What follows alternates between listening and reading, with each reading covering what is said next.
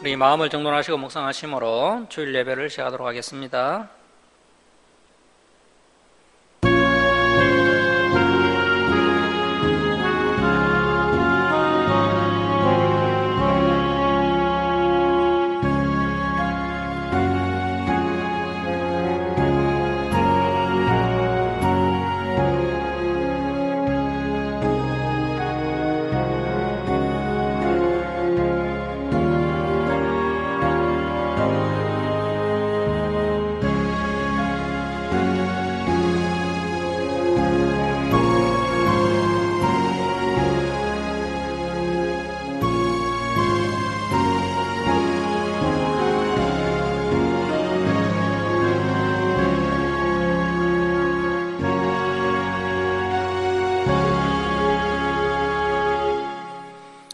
내가 여호와를 기다리고 기다렸더니 귀를 기울이사 나의 부르짖음을 들으셨도다. 나를 기가 막힐 웅덩이와 수렁에서 끌어올리시고 내 발을 반석 위에 두사 내 걸음을 견고케 하셨도다. 새 노래 곧 우리 하나님께 올릴 찬송을 내 입에 두셨으니 많은 사람이 보고 두려워하여 여호와를 의지하리로다. 하나님은 영이시니 예배하는 자가 영과 진리로 예배할지니라. 아멘. 사랑의 하나님 아버지, 이 시간 저희들이 하나님께 찬송과 경배를 올려드리오니 저희들의 예배를 기뻐 받아 주옵소서. 저희들이 온유하고 겸손한 마음으로 하나님의 생명의 말씀을 가슴안에 새기는 시간 되게 하시고 지난 삶을 돌아보며 회개하며 다시 새 힘을 공급받는 귀한 은혜의 시간 되게 하여 주옵소서. 감사드리며 예수님의 이름으로 기도드립니다. 아멘. 일어서셔서 28장 찬송 드리겠습니다.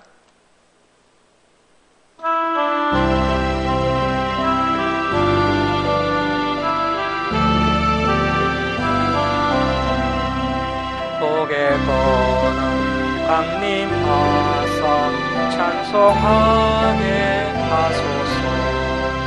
한량없이 자비하신 청량할 길 없도다. 천사들의 찬송가를 내게 가로치소서. 구속하신 그 사랑을 항상 찬송합니다. 주의 크신 도움받아 이때까지 왔으니 이와 같이 천국에도 이르기를 바라네.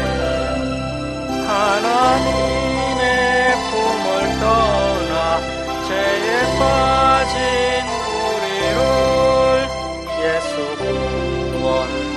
구원하시려고 보혈 흘려 주셨네. 주의 귀한 은혜 받고 일생 빚진 자 되네.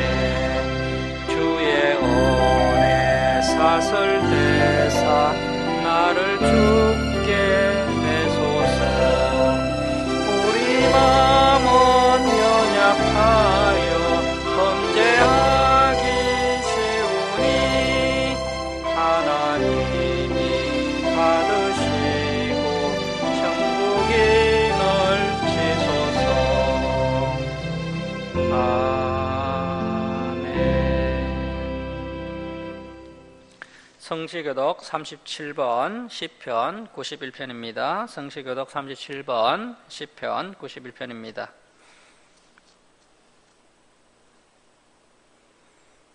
지존자의 은밀한 곳에 거주하며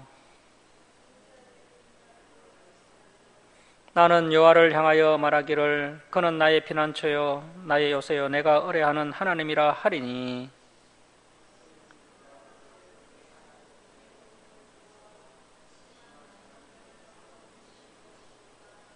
그가 너를 그의 깃으로 덮으시리니 내가 그의 날개 아래에 피하리로다.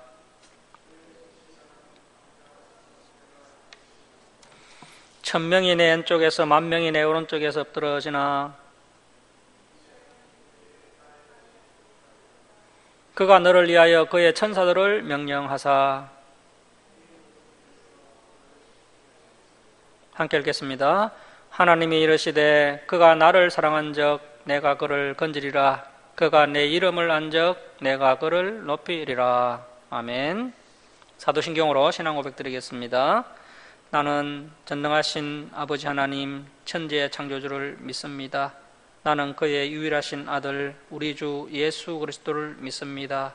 그는 성령으로 잉태되어 동정녀 마리아에게 나시고 본디오 빌라도에게 고난을 받아 십자가에 못 박혀 죽으시고 장사된 지 사흘 만에 죽은 자 가운데서 다시 살아나셨으며 하늘에 오르시어 전능하신 아버지 하나님 우편에 앉아 계시다가 거기로부터 살아있는 자와 죽은 자를 심판하러 오십니다. 나는 성령을 믿으며 거룩한 공교회와 성도의 교제와 죄를 용서받는 것과 몸의 부활과 영생을 믿습니다. 아멘. 성경 말씀은 사무엘상 13장 8절에서 12절입니다. 사무엘상 13장 8절에서 12절 우리 교독하겠습니다. 사울은 사무엘이 정한 기한대로 이레 동안을 기다렸으나 사무엘이 길갈로 오지 아니하며 백성이 사울에게서 흩어지는지라.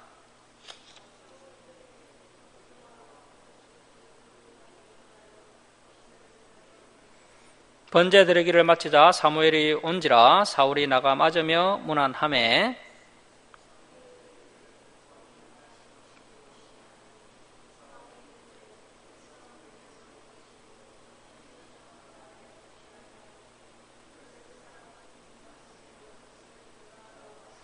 함께 읽겠습니다.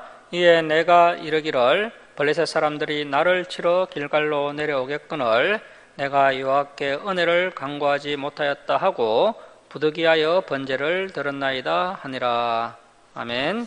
자리에 앉아주시기 바랍니다. 기도하겠습니다. 사랑의 하나님 아버지, 지난 한 주간도 저희들을 지켜주셨다가 거룩한 주일을 맞이하여 주님 전으로 불러주시고 하나님께 예배드리게 하심을 감사드립니다. 하나님 아버지, 저희들이 하나님의 말씀에 온전히 순종하며 살지 못하였고 또 탐욕에 매여 살았던 지난날의 삶을 내어놓고 이 시간 회개합니다. 용서해 주옵소서. 하나님 아버지, 이 시간 저희들에게 성령 충만함을 부어주셔서 하나님을 사랑하며 이웃을 사랑하며 또 하나님의 말씀에 온전히 순종하는 신실한 믿음의 자녀들이 다 되도록 은혜 베풀어 주옵소서. 하나님 아버지, 여러 가지 문제들을 안고 하나님께 나온 백성들에게 그 문제가 해결되는 귀한 은혜를 허락해 주옵소서. 육신이 연약한 성도들 온전한 회복의 은혜를 부어 주옵소서. 또 가족의 구원을 위해 기도하는 성도들 온 가족이 하나님께 예배드리는 은혜도 부어 주시옵소서. 또 여러 가지 사정으로 교회에 나오지 못한 성도들에게도 동일한 은혜를 부어 주옵소서. 하나님 아버지, 이 나라 이 민족을 위해 기도합니다. 이정자들이 이 나라를 하나님의 뜻대로 바르게 이끌어가도록 그들을 붙들어 주옵소서. 또 우리 선교사들에게 능력을 다해 주시고 그들을 통해 많은 영혼들이 주님께로 돌아오게 하여 주옵소서. 북한에도 복음의 빛이 비치게 하시고 복음으로 통일되는 은혜를 이 민족 위에 베풀어 주옵소서. 하나님 아버지, 한국교회가 하나님의 진리의 말씀으로 돌아와서 진리를 바르게 가르치는 교회들이 다 되게 하여 주옵소서.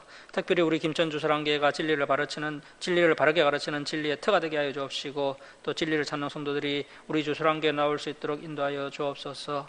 하나님 아버지, 한 주간도 하나님의 말씀을 붙잡고 온전한 삶의 예배를 올려드리는 성도들 되게 하여 주옵소서. 하나님의 말씀에 순종하며 살아가는 자들에게 은혜와 평강을 부어주시고 풍성한 은혜와 복을 부어주시옵소서.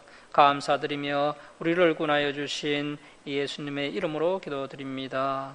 아멘. 340장 찬송 드리겠습니다.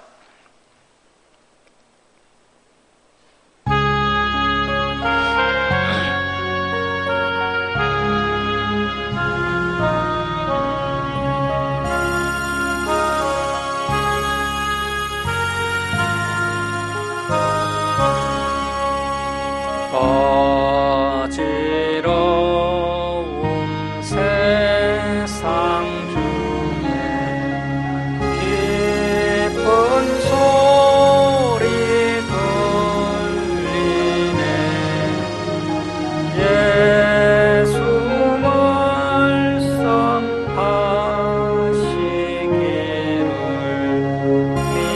믿는 자여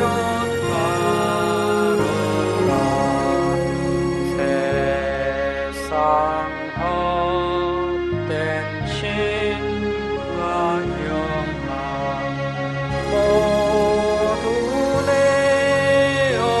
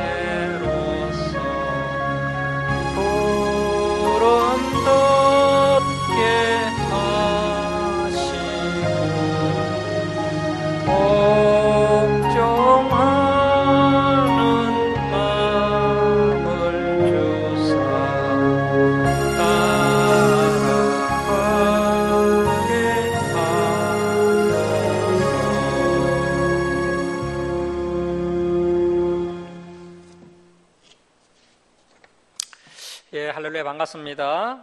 기다리는 믿음이라는 제목으로 하나님 말씀 함께 나누겠습니다. 이제 사무엘상 13장은 사울이 왕이 된 지 한 2년 정도 된 것 같습니다. 왕이 된 지 한 2년 정도 된 것 같고, 이때 사울의 나이가 한 42세 정도 된 것 같습니다. 그때 이제 믹막스라는 곳에서 이제 전투가 벌어지게 되는데요. 처음에는 조그만 전쟁으로 시작되었는데, 나중에는 이 믹막스 전투가 아주 큰 전쟁이 됩니다.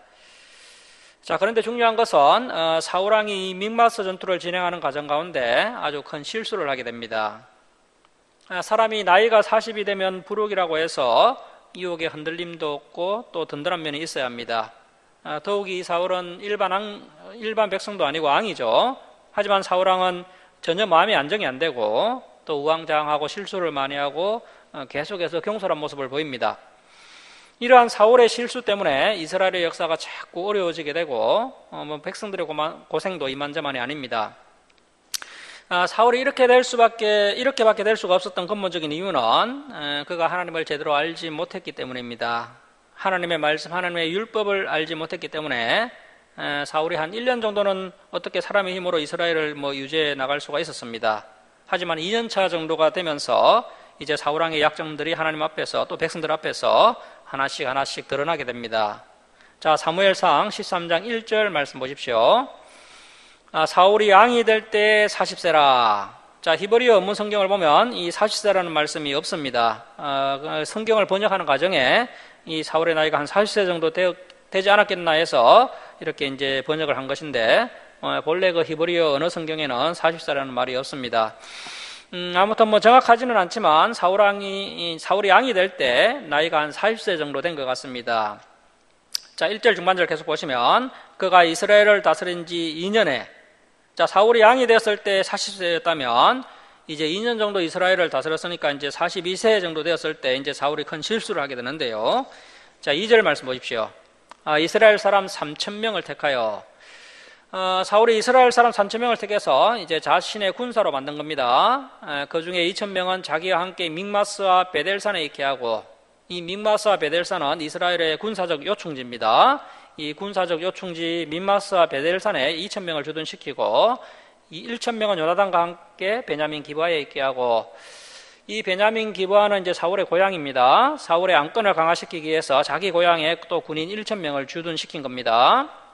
그리고 남은 백성은 각기 장막으로 보내니라. 자, 사울이 왕이 된 지 2년 정도 되었을 때 자신의 안건을 좀 더 강화시켜야겠다 생각하고는 이렇게 군인 3,000명을 모집해서 2,000명은 사울이 직접 거느리고 나머지 1,000명은 자기 아들 요나단에게 맡깁니다.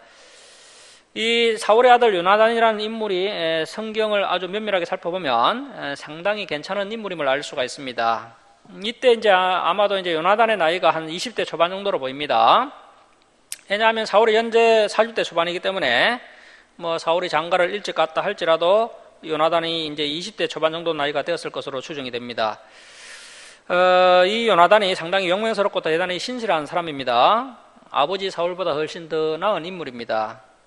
사울이 계속 실수를 반복하면서 점점 타락하는 반면에 아들 요나단은 아버지 사울의 모습과는 달리 아주 상당히 신실한 모습을 보이는 것을 볼 수가 있습니다. 자, 3절 말씀 보십시오. 요나단이 게바에 있는 블레셋 사람의 수비대를 치매 블레셋 사람이 이를 들은지라. 자, 이 블레셋하고 이스라엘하고는 군사력에 의해서 상대가 안 됩니다. 군사력이 말도 안 될 만큼 많은 차이가 나는데 갑자기 요나단이 블레셋 사람의 수비대를 친 겁니다.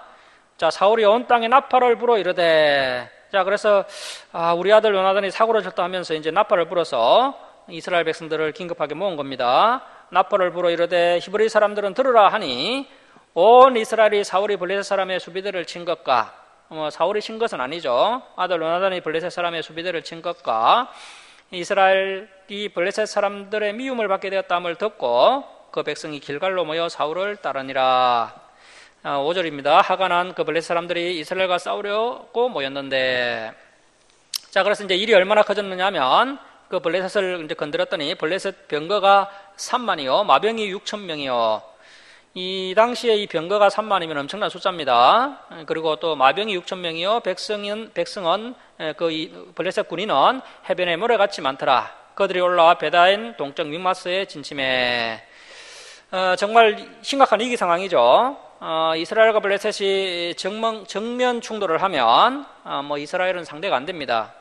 그래서 이제 블레셋은 병거만 3만, 마병은 6천 명, 또 일반 군인들은 해변에 모래같이 많았지만 이스라엘은 고작해야 한 3천 명 정도 군인을 모집해 놓은 정도입니다. 그런데 이 3천 명도 제대로 된 무기가 없습니다. 무기를 가진 자라고 해봐야 사울과 요나단 정도밖에 없고요. 이스라엘 군인들은 현재 제대로 된 무기를 가지고 있지 못한 상태였기 때문에 이스라엘 백성들의 이러한 상황이 펼쳐지자 이제 겁을 먹고 어찌할 바를 몰라 합니다. 자, 6절 말씀 보십시오.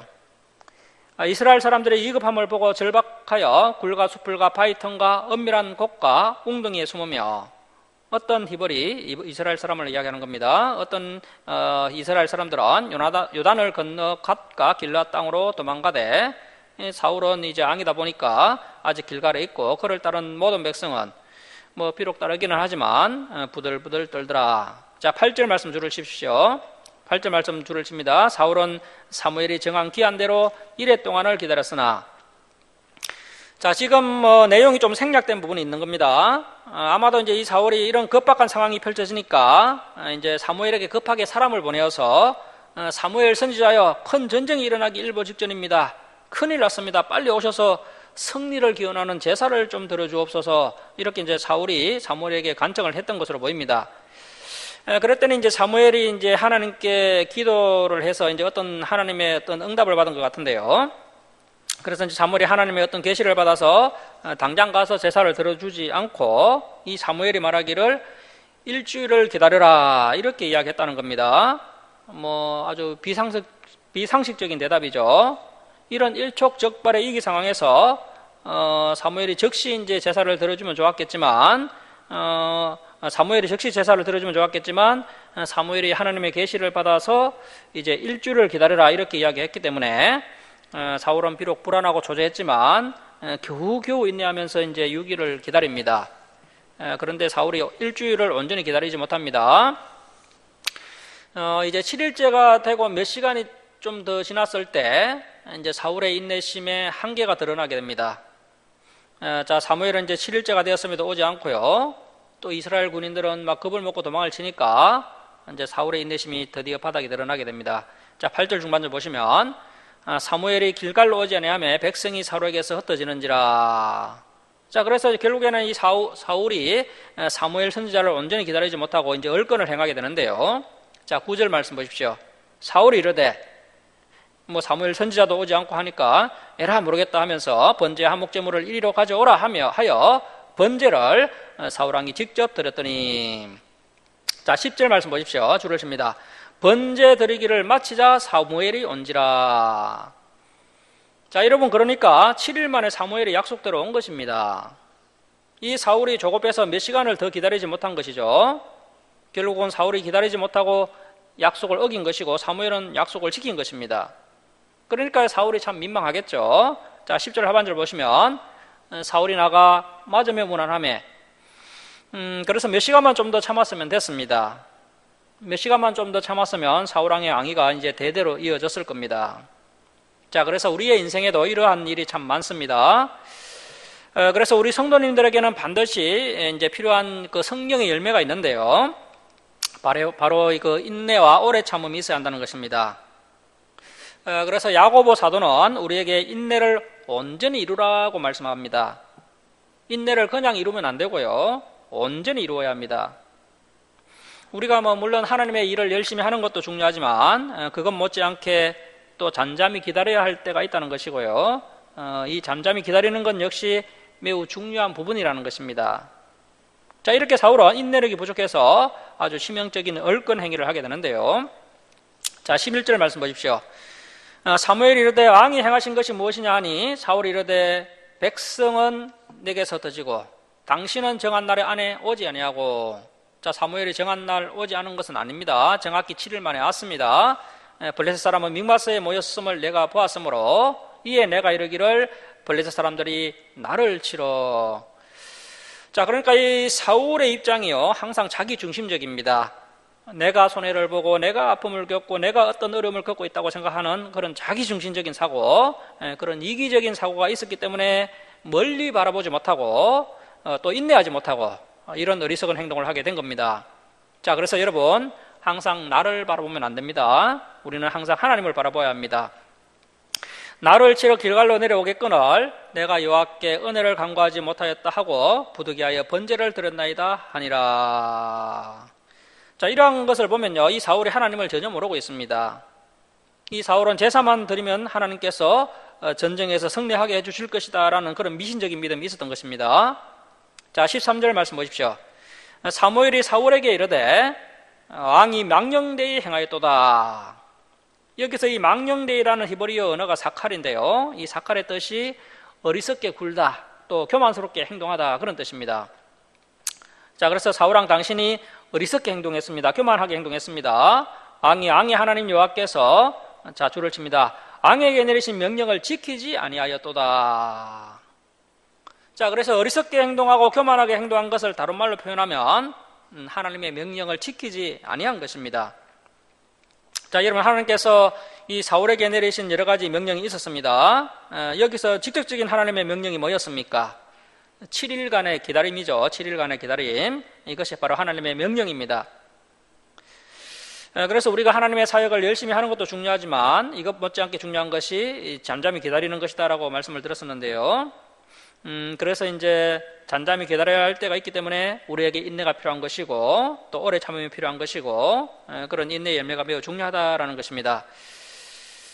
그런데 오늘날 많은 성도님들이 하나님 앞에 잠잠히 기다려야 할 때 잠잠히 기다리지 못합니다. 인내하고 오래 참는 것에 너무나도 약합니다. 그래서 마치 사울처럼 마지막에 조금 더 인내하지 못해서 결국에는 시험에 넘어져 인생을 허비하고 많은 어려움을 겪는 것을 보게 됩니다. 자, 여러분, 이 본문을 보면 이 블레셋과의 전쟁을 앞둔 이 시점에 이 사울이 제사를 드린 것이 잘못된 것일까요? 보통 그 인간적인 눈으로 보면 사울이 큰 범죄를 저지르는 것이 아닌 것으로 보입니다.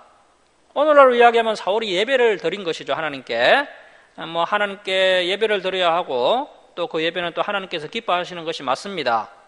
이렇게 사울이 단순하게 생각하고 자신이 직접 제사를 드렸던 것입니다. 하지만 이 사울이 놓친 부분이 있습니다. 제사를 드리는 것보다 더 중요한 것은 하나님의 율법에 순종하는 것입니다. 하나님의 말씀에 순종하는 것입니다. 율법에 따라 규모 있게 질서 있게 하나님께 제사를 드려야 한다는 것입니다. 이 구약 시대에는 제사는 반드시 제사장만이 드릴 수가 있었습니다. 하지만 사울은 제사장도 아니면서 교만하게 자신이 직접 제사를 드림으로 인해서 인내를 이루지 못하고 또 하나님의 율법, 하나님의 말씀을 거스르게 된 것입니다. 제사장 이외의 사람이 제사를 드린다면 그것은 하나님께서 세우신 그 제사 제도를 모독하는 것이고 다시 말하면 하나님의 거룩하심을 침해하는 것이고 그것은 또 하나님을 모독하는 것이 됩니다. 자, 이 큰 실수를 통해서 사울은 아주 혹독한 대가를 지불하게 되는데요. 여러분, 이번 시험이 왜 이렇게 중요하느냐 하면 사울에게는 두 번 다시 이런 기회가 오지 않기 때문에 그렇습니다. 딱 이번 한 사건 때문에 하나님께서 뭐라고 하시느냐 하면, 자, 13절 중반절을 보시기 바랍니다. 그리하였더라면, 사울왕 당신이 잘 인내하였더라면 여호와께서 이스라엘 위에 왕의 나라를 영원히 세우셨을 것이거늘. 자, 여러분, 이 사울이 왜 이렇게 스스로 번제를 드렸을까요? 하나님의 율법을 어겨가면서 스스로 번제를 드린 이유가 무엇입니까? 7일을 기다리라는 하나님의 명령이 아주 지엄한 것이었음에도 불구하고 왜 사울이 하나님의 명령을 어기고 스스로 제사를 드린 것일까요? 그것은 사울이 하나님보다 사람을 더 두려워하였기 때문입니다. 사울은 백성들이 자기 곁을 떠나는 것이 두려워서 또 블레셋이 공격해 올 것이 두려워서 하나님의 명령을 어기고 스스로 제사를 드린 것입니다. 사울이 하나님보다 사람을 더 두려워함으로 인해서 결국 망하는 길로 들어서게 됩니다. 성도가 하나님보다 사람을 더 두려워하면 반드시 올무에 걸려들게 됩니다. 자, 그래서 우리가 살아가다 보면 하나님을 택해야 할 것인지 또 사람을 택해야 할 것인지 그런 결정하고 선택해야 할 때가 오게 되는데요. 그때 여러분은 어떤 것을 선택하실 것입니까? 우리 성도님들은 항상 인내하시면서 하나님의 때를 기다리시고 또 하나님을 선택하셔서 놀라운 하나님의 역사하심으로 어려운 문제가 해결되고 또 안전해지는 그런 은혜가 있기를 바랍니다. 자, 14절 말씀 보십시오. 지금 사울이 인내하지 못했기 때문에 사울이 이제 시험에 실패했기 때문에 앙의 나라가 길지 못할 것이라. 여호와께서 앙에게 명령하신 바를 앙이 지키지 아니하였으므로. 그래서 다른 이유가 아닙니다. 하나님께서 사울에게 7일을 기다리라고 명령하신 그 명령을 지키지 아니하고 자신이 직접 제사를 드렸기 때문에 이러한 일이 닥치게 된 겁니다. 자, 그래서 사람이 율법을 지키면 복이 임하지만 지키지 않으면 저주가 임하게 된다는 것입니다. 그 율법의 원리가 사울에게 그대로 적용되고 있습니다. 여호와께서 그의 마음에 맞는 사람, 자, 그의 마음에 맞는 사람이 누굽니까? 이제 앞으로 등장하게 될 다윗이죠, 다윗. 그런데 이 다윗은 어떻다는 겁니까? 사울왕과 달리 하나님의 말씀을 지키는 사람이라는 겁니다. 인내하면서 기다릴 줄 아는 사람이 다윗이었습니다. 자, 그의 마음에 맞는 사람을 구하여 여호와께서 그를 그의 백성의 지도자로 삼으셨느니라. 이미 결정이 났죠. 하나님께서 이미 사울을 버리기로 결정하셨습니다.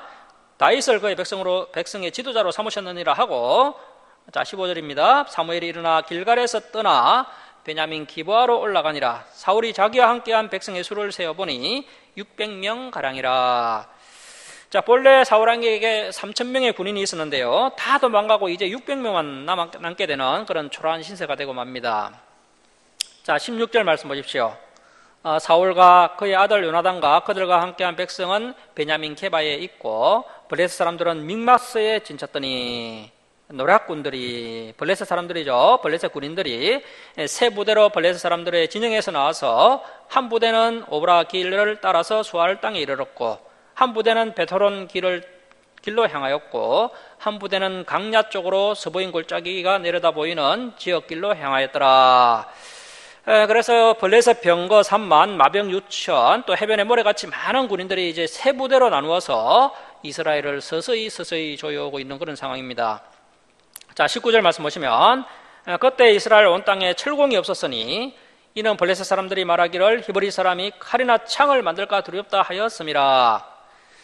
자, 이것이 무슨 말씀이냐 하면, 이 당시에 이제 어떤 전쟁이 일어나서요, 어떤 나라가 이제 다른 나라를 정복하게 되면, 그 나라가 이제 다시 반란을 일으키지 못하도록, 그 철로 된 무기를 만들지 못하도록, 그 나라의 대장장이들을 다 없애고, 또 대장간도 아예 없애버려서, 이렇게 이제 철기 통제 정책을 펼쳤다는 것입니다. 그 결과 이제 이스라엘에는 무기다운 무기가 남지 않게 된 겁니다. 자, 20절 말씀 보십시오. 온 이스라엘 사람들이 각기 보섭, 이 보섭은 쟁기를 말하는데요, 쟁기나 삽이나 도끼나 갱이를 버리려면은 이제 날이 무뎌진 연장을 다시 날카롭게 날을 세우는 것을 이야기하는 겁니다. 이런 대장간에서 하는 일인데요, 그런데 날을 세울 수 있는 그런 대장간이 이스라엘에 없어서 이제 블레셋 사람들에게로 내려갔었는데, 그만큼 이제 지금 이스라엘은 철저하게 이제 블레셋의 지배를 받고 있었던 상황이었고요, 이스라엘 땅에는 대장간도 하나 없고 또 철을 다루는 장인들도 없는 그런 상태였습니다. 자, 21절 말씀 보시면, 곧 그들이 갱이나 삽이나 새스랑이나 도끼나 새치찌기 묻을 때 그리하였으므로 싸우는 날에 사울과 요나단과 함께한 백성의 손에는 칼이나 창이 없고 오직 사울과 그의 아들 요나단에게만 칼이 있었더라. 자, 그러니까 이번 전쟁은요, 무기로 보나 군인수로 보나 이스라엘은 블레셋의 상대가 안 됩니다. 어느 것 하나 이스라엘 백성들에게 유리한 것이 전혀 없습니다. 그럴 때 사울왕과 이스라엘 백성이 유일하게 바라보아야 할 대상이 바로 하나님이시고, 그럴 때일수록 더욱 인내하면서 7일간 온전히 기다리면서 하나님의 말씀을 지켜 행하면서 아주 규모 있게 질서 있게 사무엘 주도하에 하나님께 제사를 드려야 했습니다. 하지만 이 사울왕이 인내하지 못하고 또 잠잠히 기다리지 못함으로 인해서 하나님의 시험에서 실패하게 되면서 이스라엘 백성들에게는 그 어떠한 해답도 보이지 않는 그야말로 앞이 캄캄한 그런 상황에 처해지게 됩니다. 자, 23절 말씀 우리 함께 읽겠습니다. 자, 시작. 블레셋 사람들의 부대가 나와서 mik마스 어귀에 이르렀더라. 하지만 강력한 블레셋 군대는 사기가 충천해서 계속해서 이스라엘 백성들을 조여오게 되고 마침내 이스라엘 백성들을 코앞까지 이 블레셋 군인들이 들이닥치게 됩니다. 자, 여러분, 이번 mik마스 전쟁의 결과가 어떻게 날까요? 자, 우리 14장 계속해서 보도록 하겠습니다. 자, 14장 1절 말씀 보십시오. 하루는 사울의 아들 요나단이 괜찮은 인물인데요. 아버지 사울이 왕의 역할을 제대로 감당하지 못하고 계속해서 실수를 할 때 다행히도 사울에게 요나단이라는 아들이 있었는데 이 요나단이 아버지의 실수를 어느 정도 만회해 줄 만큼 아주 뛰어난 인물이었습니다. 자, 이 요나단은 하나님을 향한 아주 담대한 믿음이 있었습니다. 이 요나단이 담대한 믿음을 가지고 아주 과감하게 행동을 합니다. 그렇게 요나단이 믿음으로 행동하자 철저하게 패할 수밖에 없었던 이 mik마스 전투에서 하나님의 구원이 요나단을 통해서 이루어지게 됩니다. 자, 1절 말씀 다시 한번 보시면 하루는 사울의 아들 요나단이 자기의 무기를 든 소년에게 부관에게 이르되 우리가 건너편 블레셋 사람들의 부대로 건너가자 하고 그의 아버지에게는 아뢰지 아니하였더라. 자, 이 요나단이 이제 담대한 믿음을 가지고 일을 하기 시작하는데요. 자, 2절 보십시오. 사울이 기브와 변두리 미그론에 있는 석류나무 아래에 머물렀고 함께한 백성은 600명가량이며 아히야, 이 아히야는 현재 대제사장입니다. 그 사무엘상 22장 9절을 보면 아히멜렉이라는 제사장이 나오는데 그 아히멜렉이라는 제사장과 여기 나오는 아히야라는 제사장이 동일 인물로 보입니다. 이름이 다르게 나오기 때문에 헷갈릴 수가 있는데 동일 인물로 보시면 됩니다. 이 아히야 제사장은 에봇을 입고 거기 있었으니 그는 이가봇의 형제 아히두베의 아들이요 비느하스의 손자요. 자, 이 비느하스 아시죠? 엘리 아들 비느하스, 하나님의 제사를 더럽히고 또 성전에서 일하는 여성과 동침을 하다가 전쟁터에서 죽었던 그 타락한 제사장 비느하스의 손자가 바로 이 아히야였습니다. 자, 비느하스의 손자요 실로에서 여호와의 제사장이 되었던 엘리의 정손이었더라. 백성은 요나단이 간 줄을 알지 못하니라. 자, 요나단이 아버지 사울왕과 백성들 몰래 아주 담대하게 행동을 하기 시작합니다. 자, 4절 말씀 보시면 요나단이 블레셋 사람들에게로 건너가려 하는 어기 사이 이쪽에는 험한 바위가 있고 저쪽에도 험한 바위가 있는데 하나의 이름은 보셋어요 하나의 이름은 세네라. 한 바위는 북쪽에서 mik마스 앞에 일어섰고 하나는 남쪽에서 게바 앞에 일어섰더라. 요나단이 자기의 무기를 든 소년 부관에게 이르되 우리가 이 할례 받지 않는 자 블레셋 사람들이죠. 블레셋 사람들에게로 건너가자. 자, 믿음이 참 대단하죠. 병거가 3만이고 마병이 6천이고 일반 군인들은 해변에 모래같이 많은 엄청난 화력을 자랑하는 그 블레셋 진영에 단 2명이 있어. 요나단과 그의 부관 단 둘이서 들어가자는 것입니다. 자, 이 요나단의 이 담대한 믿음이 마치 그 거인족 아낙 자손이 버티고 있는 헤브론 산지를 향해 나아가는 그 갈렙의 믿음과 같고요. 또 조카 롯을 구하기 위해서 그돌라오멜 5개국 연합군을 추격하는 그 아브라함의 믿음과도 같습니다. 또한 골리앗 앞에서 담대하게 나아가는 다윗의 믿음과도 같습니다.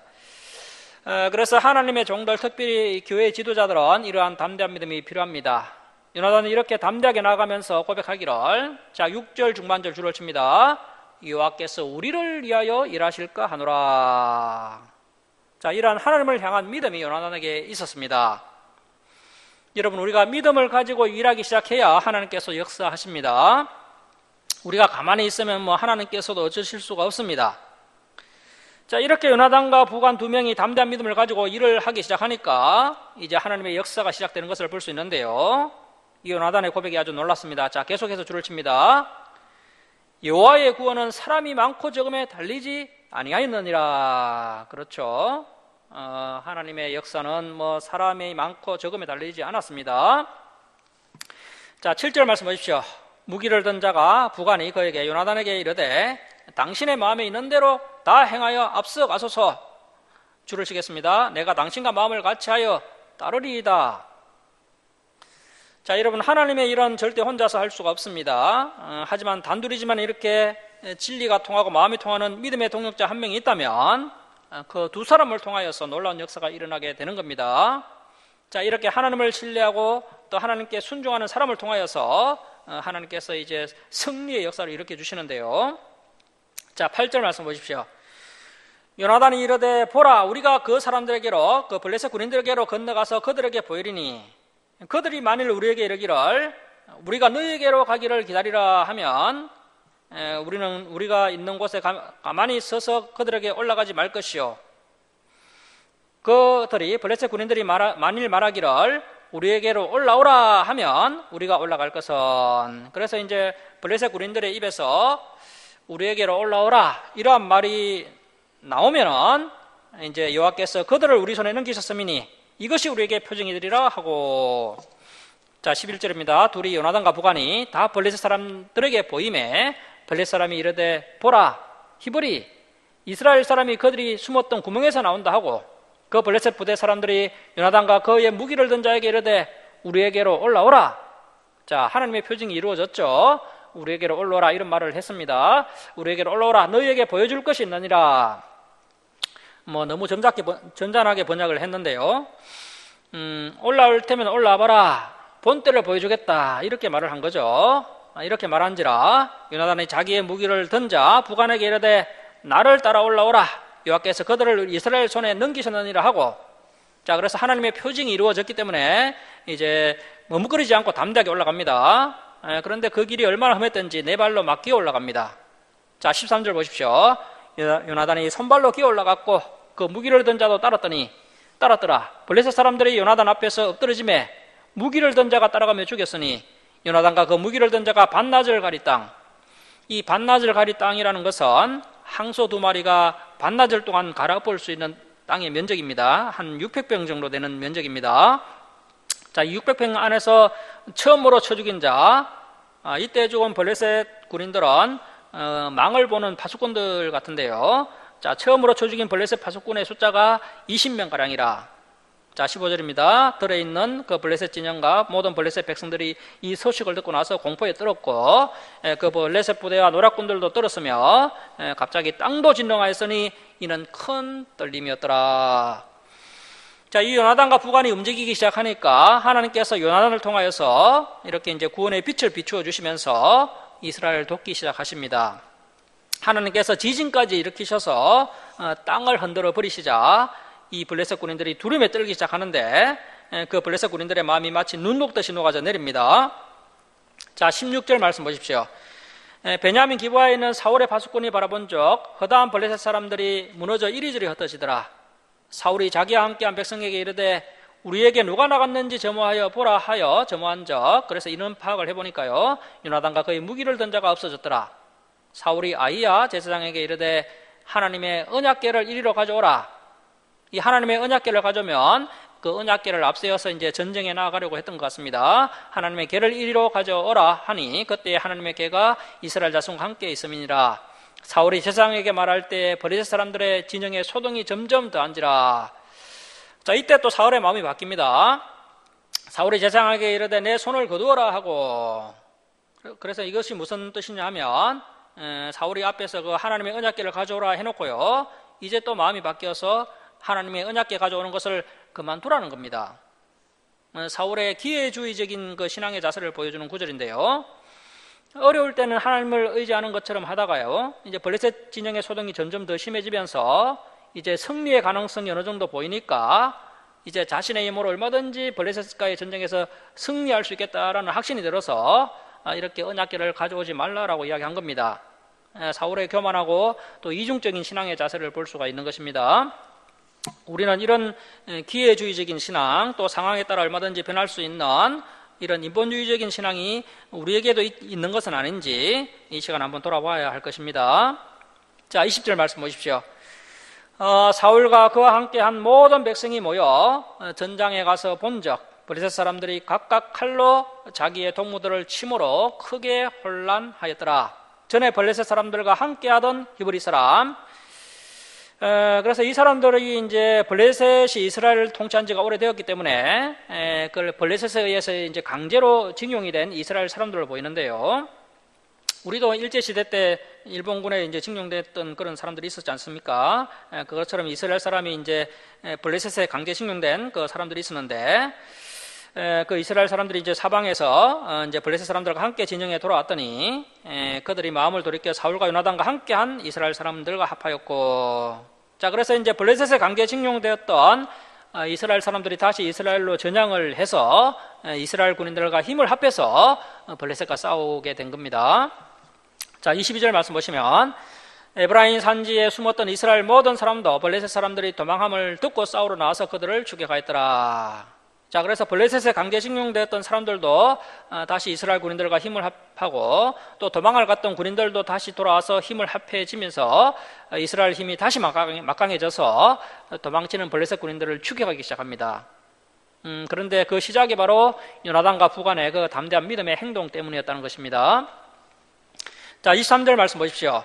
여호와께서 그날에 이스라엘을 군하심으로 전쟁이 베다엔을 지나니라. 자, 이미 앞에서 언급한 대로 이스라엘은 군사력에 있어서 블레셋에게 상대가 되지 않았습니다.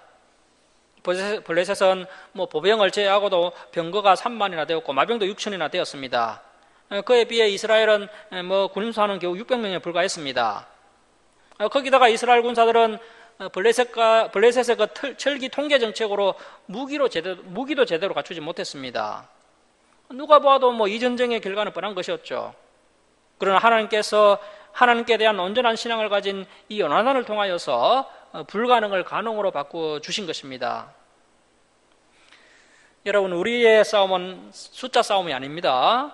우리가 하나님을 온전히 믿고 온전히 순종한다면 우리가 숫자나 물질을 초월하여서 오직 하나님의 능력으로 말미암아 우리는 반드시 승리하게 된다는 그 귀한 교훈을 이 본문에서 얻을 수가 있습니다.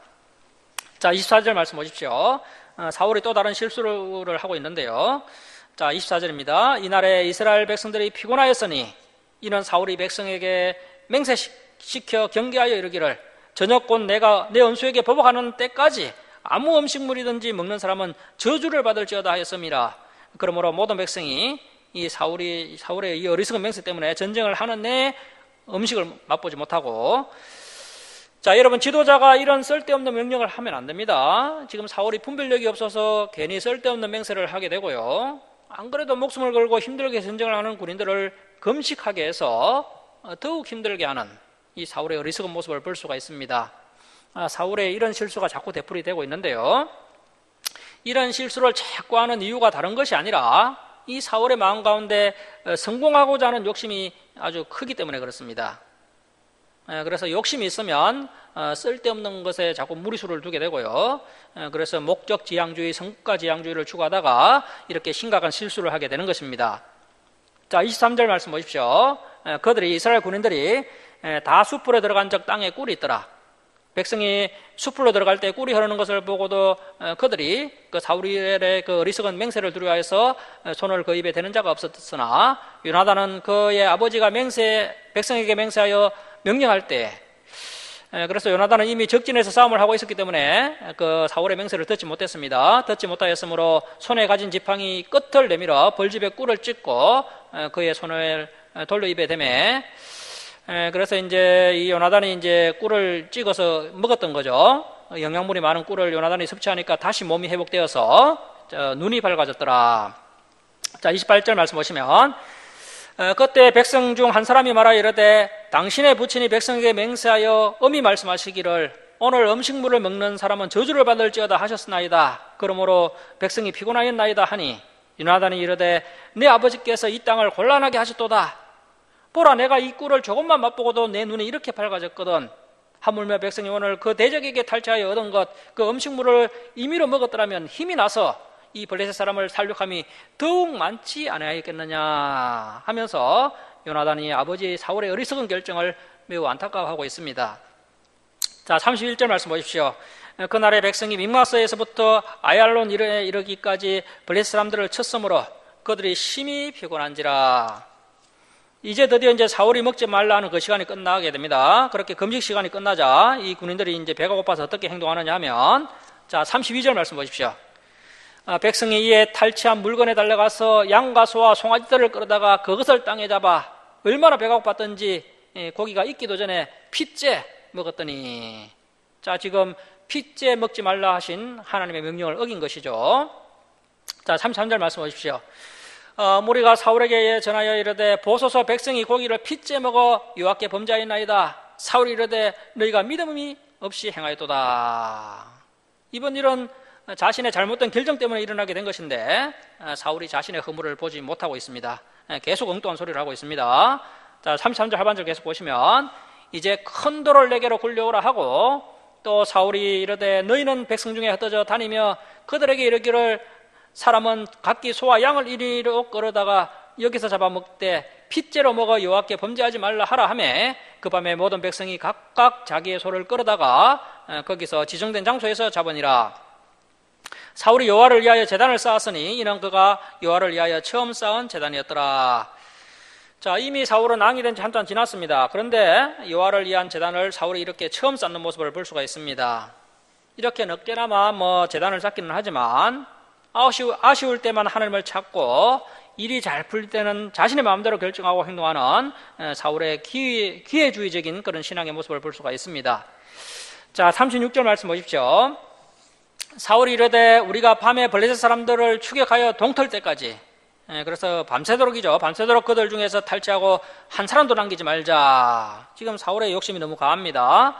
백성들은 참 오래 굶고 너무 배가 고파서 핏째 날고기를 먹고 있는데 이제 백성들을 좀 쉬게 해줄 만도 한데 이 사울이 욕심이 많아서 이제 무리한 계획을 세웁니다. 자, 무리가 이르되 왕의 생각에 좋은 대로 하소서. 왕의 말에 공감을 하는 것이 아니라요, 왕의 눈치를 보면서 할 수 없이 따라가는 그런 모습입니다.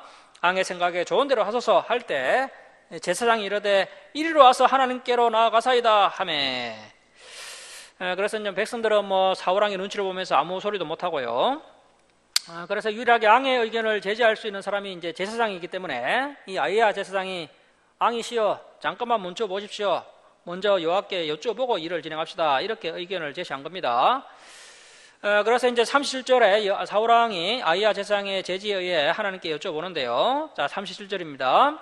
사울이 하나님께 묻자오되 내가 블레셋 사람을 밤새도록 추격하리이까 주께서 그들을 이스라엘 손에 넘기시겠나이까 하되 그날에 대답하지 아니하시는지라. 지금 하나님의 신기가 매우 불편하신 것입니다. 사울의 이런 모습을 보고 마음이 많이 불편하신 거죠. 그래서 사울의 말에 응답하지 않으십니다. 자, 38절 말씀 보십시오. 사울이 이르되 너희 군대의 지휘관들아 다 이리로 오라. 오늘 이 죄가 누구에게 있나 알아보자.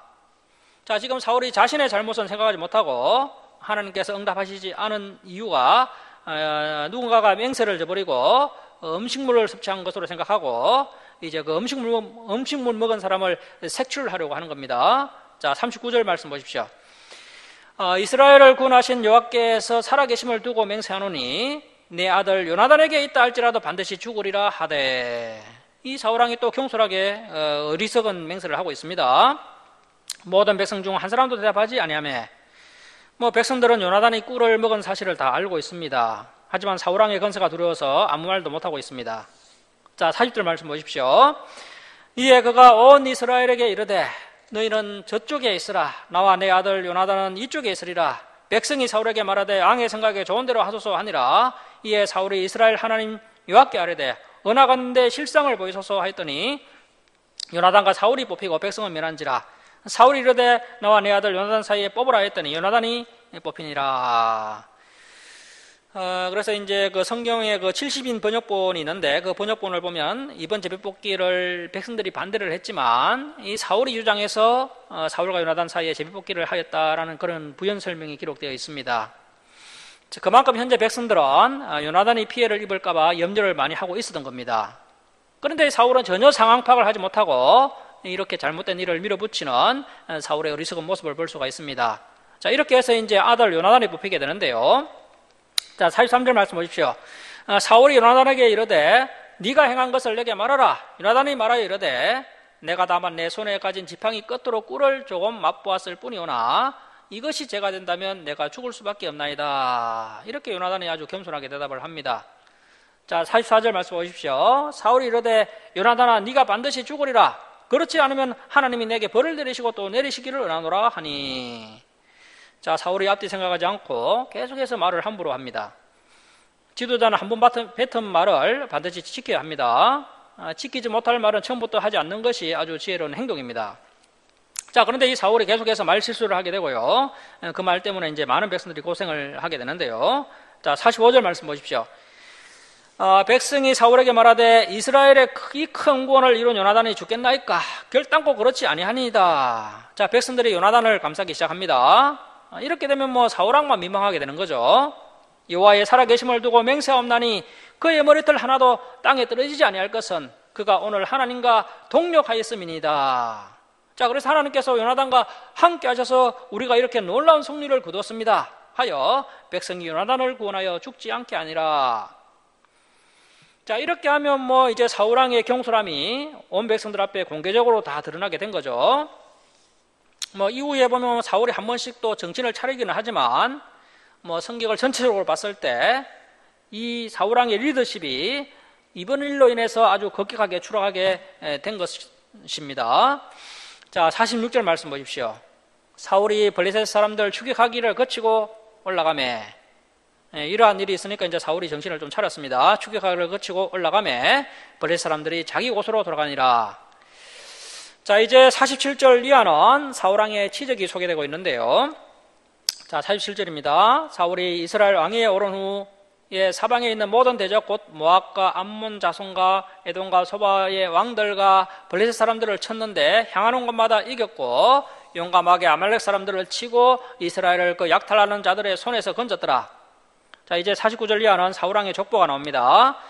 사울의 아들은 요나단과 아스이와 말기수하여 그의 두 딸의 이름은 이러하니 맏딸의 이름은 메라비요 작은 딸의 이름은 미갈이며 사울의 아내의 이름은 아히노아미니 아히마스의 딸이요 그의 군사령관의 이름은 아브넬이니 사울의 숙부 넬의 아들이며 사울의 아버지는 기스요 아브넬의 아버지는 넬이니 아비엘의 아들이었더라. 사울이 사는 날 동안에 블레셋 사람과 큰 싸움이 있었으므로 사울이 힘센 사람이나 용감한 사람을 보면 그들을 불러 모았더라. 이번 블레셋과의 전투에서 이스라엘이 너무 많이 고생을 했지 않습니까? 초라한 이스라엘 군대와 막강한 블레셋 군대와의 전쟁을 경험하면서 야, 이래서는 안 되겠다. 우리 이스라엘도 이제 제대로 군사력을 한번 키워봐야겠다 하면서 사울이 이제 민마스 전쟁 이후에 용감하고 힘센 사람을 모아서 군대를 더욱 강하게 조직을 하는 것을 볼 수 있습니다. 자, 말씀을 마치도록 하겠습니다. 사랑하는 성도 여러분, 오늘 본문을 통하여서 혹시 우리에게도 이 사울왕과 같은 이런 기회주의적인 신앙의 모습, 또 형식적인 신앙의 모습, 또 상황에 따라 변하는 그런 인본주의적인 신앙의 모습이 있지는 않은지 돌아보고 이제부터 바른 신앙과 바른 삶을 살 것을 결단하는 그런 시간이 되었으면 좋겠습니다. 또한 우리 성도들의 인내는 뭐 얼마쯤 참고 기다리는 것이 아니라 끝까지 인내하고 기다리는 것입니다. 위기의 순간에 하나님만을 의지하시고 하나님을 바라보시면서 온전한 인내를 이루시고 마침내 하나님의 놀라운 역사하심으로 모든 문제가 해결되고 또 안전해지는 그런 은혜가 있기를 주님의 이름으로 축원합니다. 자, 기도하겠습니다.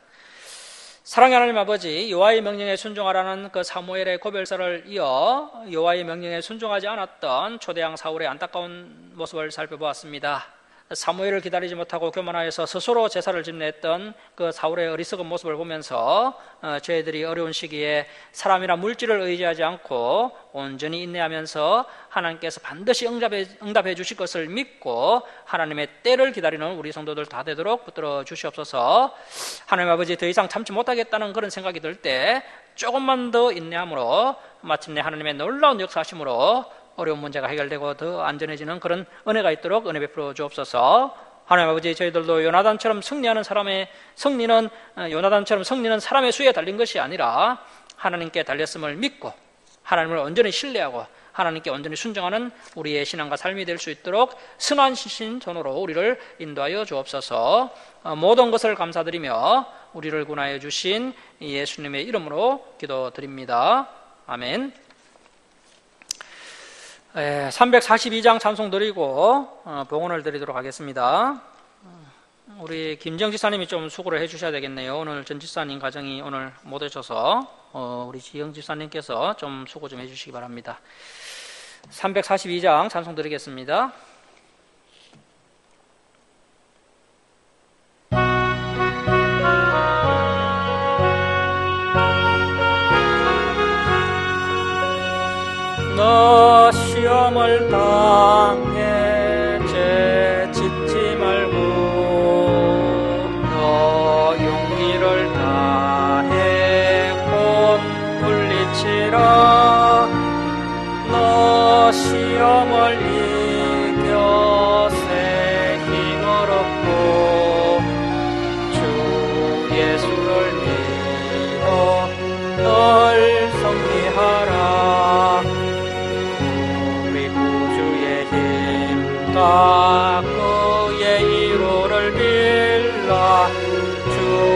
내 편에 서서 항상 도우시니 내 친구를 삼가 잘 선택하고 너 언행을 삼가 늘 조심하라.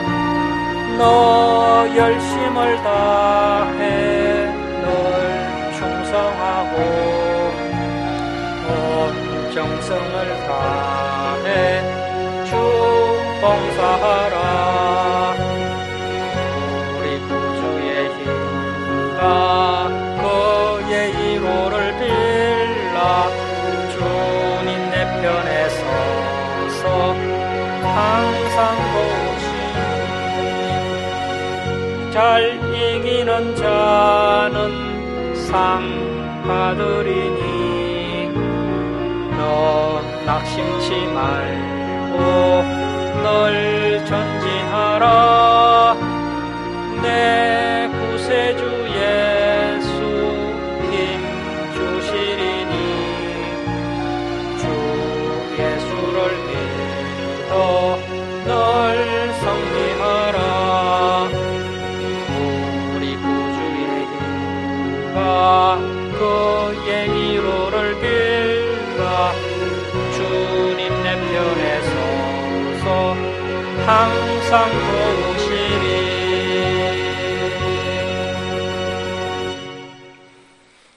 봉헌 드리겠습니다. 감사 예물 올려드립니다. 또 주정금 올려드립니다. 기도하겠습니다. 사랑의 하나님 아버지, 한량없는 은혜와 사랑에 감사드립니다. 죄악 가운데 멸망당할 저희들을 독생자 예수 그리스도의 보혈로 구원하여 주시고 날마다 진리의 말씀으로 승리의 길로 인도해 주시니 감사드립니다. 하나님 아버지, 저희들에게 그동안 베풀어 주신 크신 사랑과 은혜에 감사하며 또 때를 따라 저희들의 필요를 채워주심을 감사하며 하나님께 예물 올려드립니다. 기뻐 받아 주옵소서. 이 예물을 올려드린 주님의 백성들, 주님께서 날마다 동행하여 주옵시고 또 가정에 감사 기쁨이 넘쳐나게 하여 주옵소서. 저희들의 기도에 응답하여 주옵시고 또 주님께서 부족한 것 아시오니 필요를 풍성하게 채워 주시옵소서. 이 예물을 쓰는 것마다 하나님의 영광이 나타나게 하여 주옵소서. 감사드리며 예수님의 이름으로 기도드립니다. 아멘. 교회 소식을 전합니다. 오늘 예배에 참석해 주신 우리 성도님들 주님의 이름으로 축복하고 환영합니다. 1층 식당에 식사 차가 준비되어 있으니 드시고 돌아가시면 좋겠습니다. 한국교회 예배 회복을 위해 우리 조사랑교회에 함께 기도해 주시고요. 그리고 또 우리 김강옥 집사님이 어젯밤에 이경련이 일어나셔가지고 밤새도록 잠도 주무시지 못하고 많이 이제 힘들어 하셨는 것 같은데, 그래서 오늘 예배에 참석하지 못했습니다. 회복되도록 기도해 주시고요. 그리고 기아대 측 김전호원 이사의 성경금도 전달하였습니다. 주일 예배 때 살펴봤던 말씀 한 주간 동안 복습하시고 또 다음 주일에 진행될 말씀들도 미리 읽어오시기 바랍니다. 일어서셔서 2장 찬송 드리고 축도로 예배를 마치겠습니다.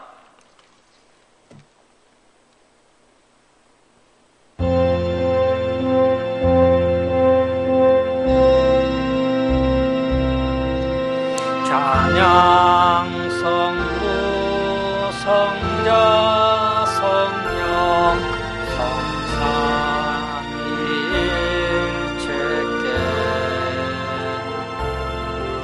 영원 무궁하기까지 영광을 돌리세. 영광을 돌리세.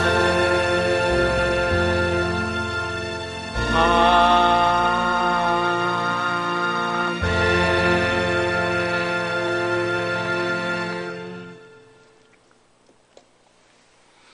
지금은 우리 주 예수 그리스도의 은혜와 하나님 아버지의 극진하신 사랑하심과 성령님의 감화감동하심과 교통하심이 이 기회 순간에 하나님만을 의지하고 하나님만을 바라보면서 온전한 인내를 이루고 또 끝까지 기다림으로 마침내 하나님의 놀라운 역사하심으로 모든 문제가 해결되고 또 안전한 은혜를 받아 누리는 사랑하는 김천 주사랑교회 성도들 무리에와 이 땅의 모든 교회에 이제로부터 영원토록 함께 있을지어다.